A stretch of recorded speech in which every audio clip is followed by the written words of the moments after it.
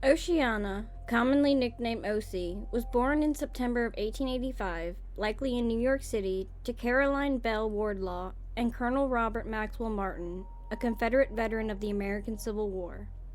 Ocey's mother, Caroline, pursued a career in education, but was once dismissed from a position due to erratic behavior. Caroline Belle Wardlaw had 3 sisters. The eldest, Mary Elizabeth Long Wardlaw, married Fletcher Tillman Snead, and they had a son, Fletcher Wardlaw Snead, who was Ocey's first cousin and later her husband. The second sister, Virginia Oceana Wardlaw, never married. Both Mary and Virginia were involved in education and later implicated in Ocey's murder. The third sister, Bessie Gertrude Wardlaw, married Richard Spindle and was not implicated in the crime. Caroline also had 2 brothers. John Banks Wardlaw, a journalist and English professor, taught at the Krystlynn School alongside his sisters and aunt. He married Mary Elizabeth Davidson, but both died young while John was working at the school. The second brother, Albert Goodall Wardlaw, became a reverend and married Harriet Lee Field. He had no connection to the school. The siblings were the children of Martha Elizabeth Wardlaw and John Baptiste Wardlaw, a minister and South Carolina Supreme Court justice. Caroline, Mary, and Virginia were known for their somber black attire and secretive behavior. Over time, several mysterious deaths became associated with their family, casting a shadow over their later lives. Ocey married her first cousin, Fletcher Wardlaw Snead, in a secret ceremony in Louisville, Kentucky in 1906. The family initially opposed their union, but after being won over, a second wedding was held on January 13, 1908 in Jersey City, New Jersey, shortly before the birth of their first child. Together, they had 2 children, Mary Alberta Snead and David Pollock Snead. Fletcher was the son of Mary Elizabeth Long Wardle and Fletcher Tillman Snead, and had 2 siblings, John Wardlaw Snead and Albert Charles Snead. In 1880, Fletcher was living in Oglethorpe, Georgia, with his parents. He was previously married to Vashti Gordon McLaurin, who was born in Old Linville, Tennessee. Fletcher and Vashti had 1 son, Robert Tillman Snead. After their separation, Vashti relocated to Muskogee, Oklahoma by 1920 and later settled in West Palm Beach, Florida with her son by 1930. She eventually returned to Tennessee, where she passed away while her son remained in Florida to raise a family. When Ocey became pregnant, her 3 aunts tracked her to Canada and forcibly brought her back to Brooklyn, New York. Following this, Ocey's mother falsely informed her that Fletcher had died. In reality, Fletcher was alive, maintaining contact with his mother and aunts. Montgomery College, originally founded in 1853 as the Montgomery Collegiate Institution in Christiansburg, Virginia, was established by the Christiansburg Presbyterian Church. Initially operating from an old church building at the corner of 1st and Franklin Streets, the school moved to a new location in 1860 and was renamed Montgomery Female Academy. In 1876, Oceana Seaborn Goodall Pollock, the sister of Martha Elizabeth Wardlaw, purchased the school at a public auction while serving as one of its teachers. By 1880, the census recorded Miss Pollock, her niece Virginia Wardlaw, and her nephews John B. and Albert G. Wardlaw living at the school. Virginia was listed as a teacher there. Within a year, John and his wife Lizzie died in their 20s. Following these tragedies, Virginia and Mary Wardlaw left for Tennessee, but returned to Virginia around 1900. By this time, their younger sister, Bessie Spindle, had settled in the area with her husband Richard, a prominent businessman, and was serving as the principal of the academy. Around 1900, the elderly Mrs. Pollock transferred ownership of the school to her sister Martha Wardlaw and niece Virginia. With funds inherited from their parents, the school was renamed Montgomery Female College. For a time, the institute thrived, with updated facilities and curriculum. Virginia resumed her passion for teaching, and the school flourished, until Caroline Martin arrived with her daughter Ocey. Caroline's management of the school quickly destabilized its operations. She implemented erratic changes to the curriculum, arbitrarily shuffled students between classrooms, and created an atmosphere of secrecy and paranoia by installing multiple padlocks on some doors. The 3 sisters, now all involved, developed a reputation for strange, sudden appearances throughout the school halls. Meanwhile, Fletcher and John Snead, sons of Mary Wardlaw Snead, left for Linville, Tennessee, where they opened a sawmill and married the McLaurin sisters in a double wedding, John to Anna Laird McLaurin in 1903 and Fletcher to Vashti McLaurin in 1899. Trouble arose when Caroline visited Linville in 1906, demanding that John return to Christiansburg to teach.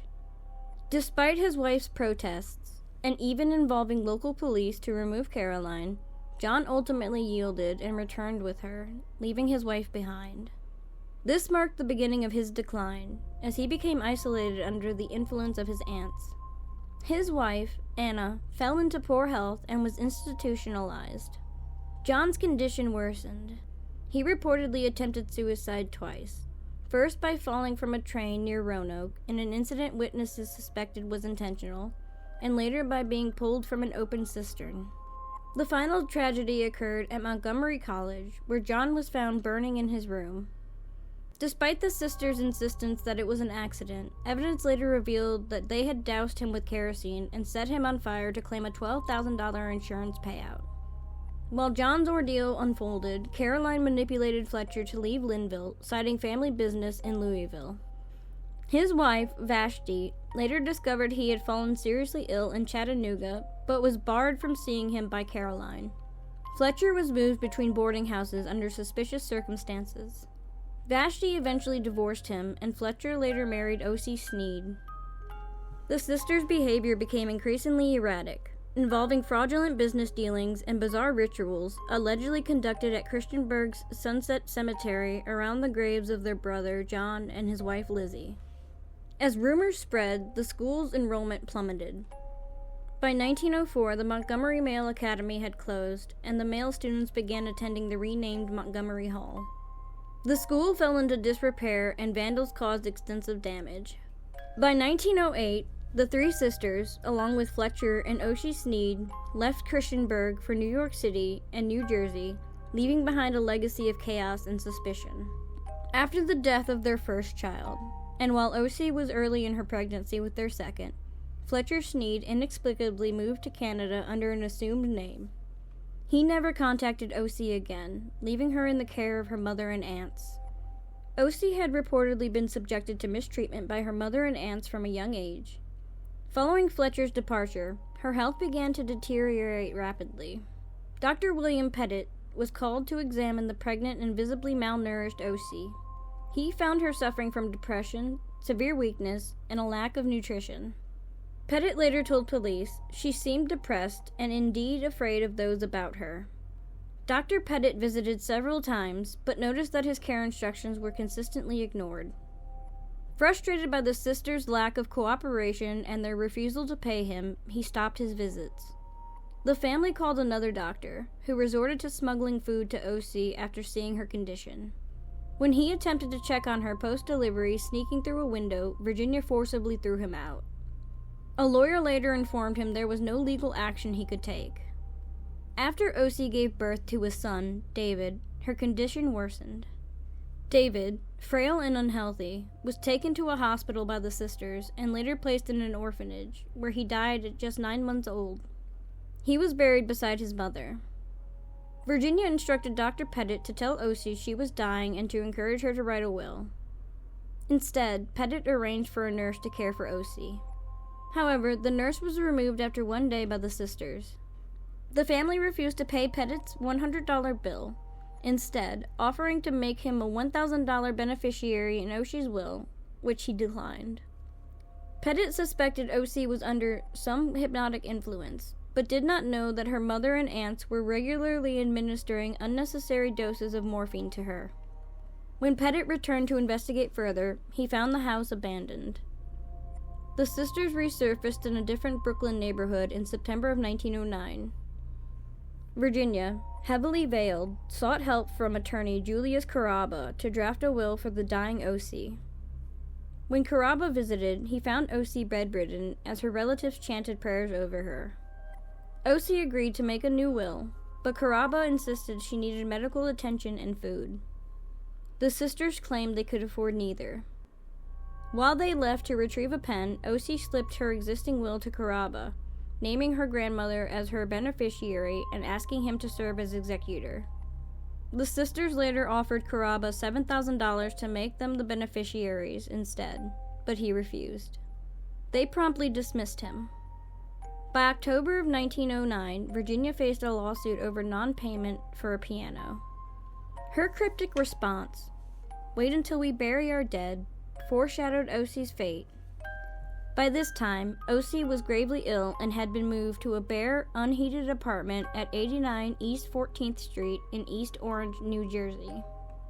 The home was sparsely furnished with 2 cots, a rug, a chair, and a makeshift table.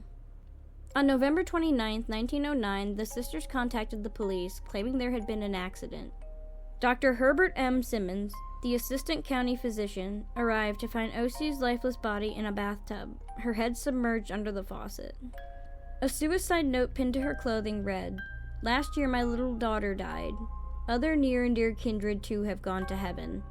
I long to go there too. I have been ill and weak a very long time now. Death will be a blessed relief for me in my suffering. When you read this, I will have committed suicide. My sorrow and pain in the world are greater than I can endure." Ocey was buried on December 7th, 1909, in Mount Hope Cemetery, Hastings-on-Hudson, New York, alongside her father, her 7-year-old brother, and her infant daughter, Mary Alberta. Her son, David, taken by the sisters after his birth, died on July 18, 1910, at 9 months old, and was buried with the family.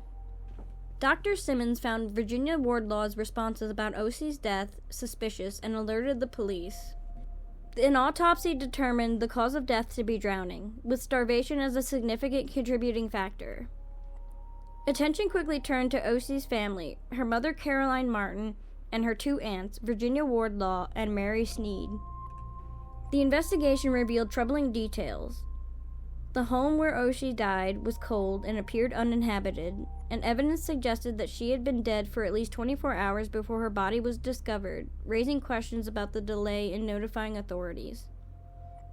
Further scrutiny uncovered several life insurance policies taken out on Ocey, totaling a significant sum. Investigators also found multiple suicide notes in Caroline's possession. These notes bore striking similarities in handwriting and style to the alleged note written by Ocey, casting doubt on their authenticity. Testimonies about the family's prior mistreatment of Ocey strengthened the case against them. All 3 sisters were arrested and charged with murder. While awaiting trial, Virginia Wardlaw refused to eat and ultimately starved herself to death in prison in 1910.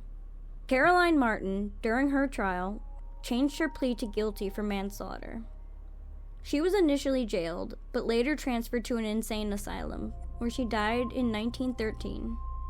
Mary Snead escaped conviction on a technicality, as the legal framework at the time did not allow charges for accomplice to manslaughter.